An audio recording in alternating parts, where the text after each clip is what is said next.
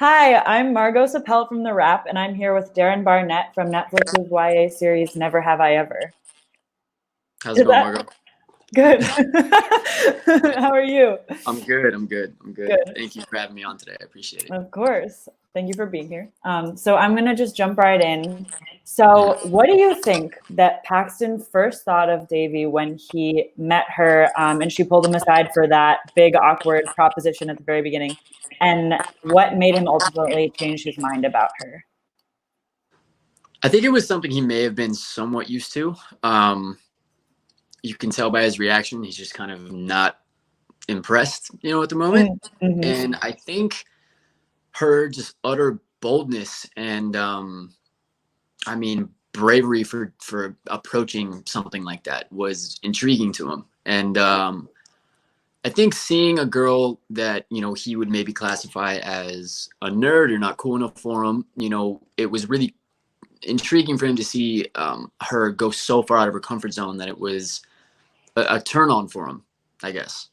And then in terms of Paxton just having a heart, that was my biggest fear. Like I didn't want to just be abs and like the thirst trap, So it was also diving into like it was something I kind of dealt with in high school. I feel where I'm not going to say I was like the teen heartthrob of my high school. I was kind of actually shy and had very close group of friends. Didn't go to any parties ever. Was never like at the cool functions, but I was a kid very much judged by his cover. I feel, and what I mean is I don't know how many times I was told, "Hey, before I met you, I thought you were a real jerk, but now I realize you're nice." And it was like, thanks. And it was originally your character was just called Paxton Hall, right? And then they found out that you're part Japanese and they asked you if they could incorporate that in. Is that right? Yeah. So our assistant director Yuko Ogata is Japanese, and I learned that she spoke Japanese, and I love to practice the language anytime I can. I took it in school for 2 years. My grandma spoke it to me growing up.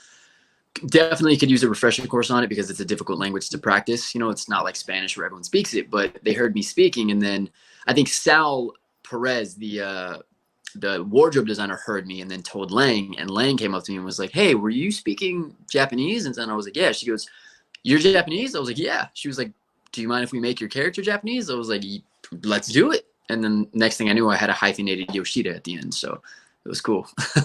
Is that something that you've ever done in the past, like on other roles before? No, actually, it's the first role I ever did in LA. I was playing like a Chicano, like East LA gangster, and because I've always been ambiguous, where I can, I've been cast and called in for roles that are from Middle Eastern to part Native American to this, and I've always loved doing that, and I've never had the opportunity to bring my Japanese into it, and it's something I'm super proud of. So I'm like super excited to explore that. If the writers, want that. But it's something I'm very proud of, so I'm really happy that they included it.